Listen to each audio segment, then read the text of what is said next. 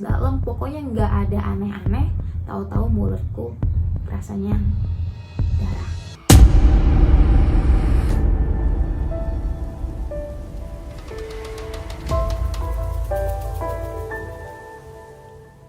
Hi, I'm Iai and welcome to my channel.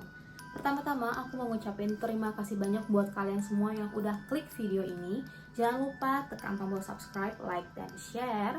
Dan nantikan terus video menarik dari aku. By the way, ini video pertama aku. Dan hari ini aku mau sharing pengalaman mistis aku dan teman-teman aku ketika kami menjalankan program kuliah kerja nyata pada tahun 2019 di salah satu desa di Kalimantan. Mohon maaf banget karena aku nggak bisa sebutin nama desa itu dan di mana letak desa itu demi menjaga nama privasi desa. Dan dengan adanya video ini, pesan yang aku sampaikan adalah dimanapun dan kapanpun kita berada, kita harus tetap menjaga attitude. Karena percaya atau tidak percaya, bukan hanya kita yang punya kehidupan. Mau tahu gimana ceritanya? Langsung aja listen to me and takis the story.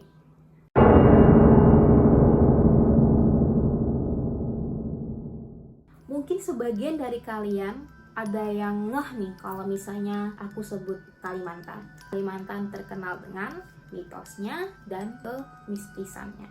Contoh mitos yang ada di Kalimantan adalah jika ada pendatang baru di luar pulau Kalimantan, dia meminum air olahan dari air Sungai Mahakam, maka suatu saat nanti dipastikan ia akan kembali lagi ke pulau Kalimantan dengan alasan yang tidak terduga. Beberapa orang percaya dan telah mengakui mitos tersebut.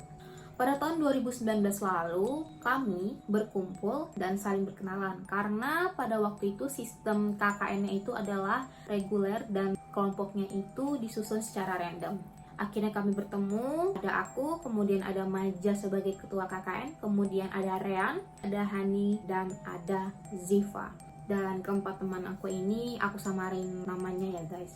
Kami menentukan tuh kapan kami akan survei lokasi KKN yang akan kami tempati selama 50 hari. Nah, datang nih satu hari di mana kita melakukan perjalanan untuk survei ke sana.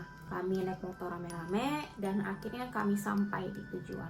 Kami disambut dengan hangat dan dengan baik oleh masyarakat setempat. Tujuan pertama kami adalah mendatangi kantor desa yang ada di desa itu. Kemudian kami mengkonfirmasi bahwa kami akan mengabdi kepada desa itu selama 50 hari ke depan. Nah, setelah kami mengkonfirmasi kedatangan ini, kami langsung mencari tempat tinggal yang cocok untuk kami tempati selama 50 hari ke depan. Nah, dapat nih satu rumah, tulisannya dijual gitu ya. Dijual rumah, hubungi nomor sekian. Dan kami menawarkan diri, boleh dong kami menyewa tempat itu selagi menunggu rumah itu laku. Dan kami bersepakat dengan pemilik rumah dan akhirnya kami deal, kami tinggal di rumah itu. Rumahnya cukup nyaman guys. Biasanya memang kalau orang Kalimantan itu rumahnya terbuat dari kayu ulin, apalagi posisinya di pinggir Sungai Mahakam. Selain tempat tinggalnya yang nyaman, warganya juga baik-baik dan ramah-ramah, dan anak-anak di sana juga rajin banget untuk datangin kami. Biasalah, anak-anak kecil kan sukanya ngajak KKN-nya itu bermain. Nah, namun selama 50 hari kami juga mengalami hal-hal mistis. Dan untuk kemistisannya itu banyak, dan diantaranya akan aku ceritakan pada waktu itu. Jadi setiap pagi kami itu selalu pergi ke kantor desa untuk membantu kegiatan yang ada di kantor desa. Nah, sebelum kami pergi, kami selalu mengunci pintu depan dan di belakang, sehingga posko dalam keadaan kosong. Kami itu selalu balik jam 1 atau jam 2 siang. Ketika kami balik, ada salah satu anak kecil yang kebetulan tempat tinggalnya di sebelah posko kami nih. Dia nanya sama aku, "Kak, tadi kakak jam 10 ada pulang ya?" Aku bilang dong, nggak ada, karena kami semua lagi di kantor desa dan rumah dalam keadaan gembok. "Tapi kak, jam 10 tadi aku lihat ada yang mandi." Aku dan teman-teman hanya terdiam sambil tersenyum kecil.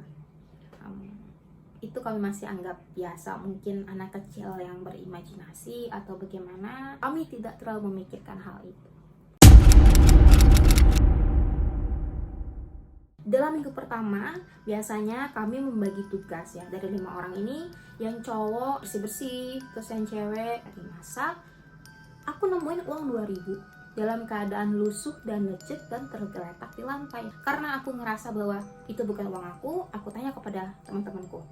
Aku tanya satu-satu dan mereka nggak ada yang ngaku itu uang siapa. Akhirnya karena kami merasa nggak ada yang punya, aku pinggirin uangnya ditaruh di pojokan dinding gitu. Dan seminggu kemudian hal itu terjadi lagi. Aku dapat uang 2000 dalam keadaan lusuh juga, keadaannya sama seperti uang yang ditemuin pertama kali.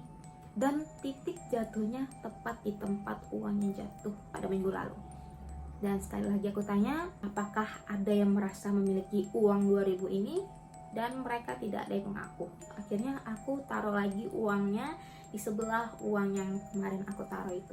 Dan ternyata bukan hanya sekali 2 kali kejadian itu guys. Kejadian menemukan uang 2000 itu sampai 5 kali. Wow.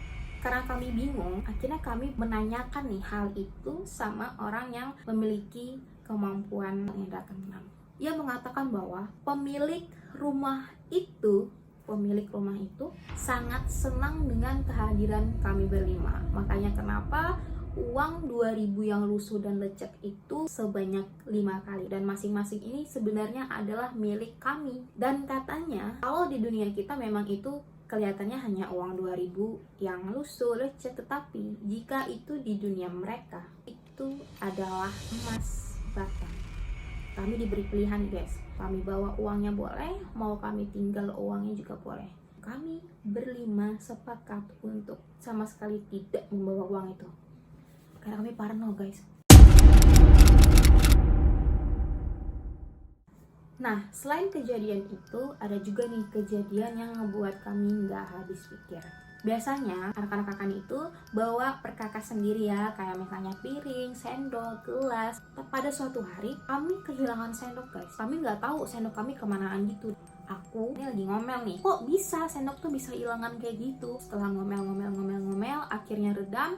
Dan itu waktunya aku untuk masak nasi. Ketika aku mau ngambil beras di dalam karung, aku menemukan segepok sendok yang diikat dengan tali warna merah. Aku langsung shock karena barusan aja tahu-tahu kami dapat sendok segepok guys, segepok, bayangin aja segepok diikat tali merah pula. Ini siapa yang naruh dalam beras? Mungkin kalian bisa komen di bawah apakah itu memang hadiah dari berasnya atau gimana, tapi sejauh ini itu tidak pernah ada mendapatkan sendok di dalam beras. Menurut kalian itu apa? Boleh komen di bawah. Kejadian yang lainnya aku alami ya. Jadi waktu itu pemuda di sana lagi ngajak kami untuk nongkrong nih di salah satu kedai yang ada di desa itu. Kebetulan itu jam 8 malam, aku melihat ada pohon besar banget, rimbun banget. Aku negur dalam hati, aku bilang, pohonnya besar banget nih, serem banget. Gak lama lidah aku berdarah tanpa sebab. Padahal aku gak ada salah makan, gak ada kegigit juga, gak ada juga panas dalam, pokoknya gak ada aneh-aneh. Tahu-tahu mulutku rasanya darah. Sejak saat itu aku sangat berhati-hati untuk berkata apapun, walaupun itu dalam hati. Kejadian lain juga dialami oleh Hani. Pada suatu pagi Hani harus pulang karena ia harus menyelesaikan beberapa masalah dengan keluarganya. Karena dia terburu-buru, dia hanya membawa tas, dompet, dan bawa handphonenya. Ketika dia pergi, gak lama 10 menit kemudian dia balik lagi nih ke posko. Kami tanya, kenapa Hani?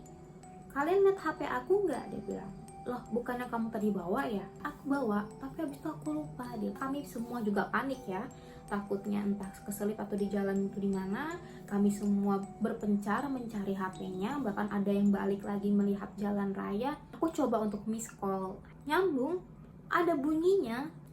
Pertama kami telepon, oke, suaranya nyaring. Dan kedua aku miss call lagi, suaranya agak jauh. Dan ketiga kali di miss call lagi, suaranya agak jauh. dan makin lama makin pelan, sampai sekarang kita nggak tahu di mana HP itu tersimpan.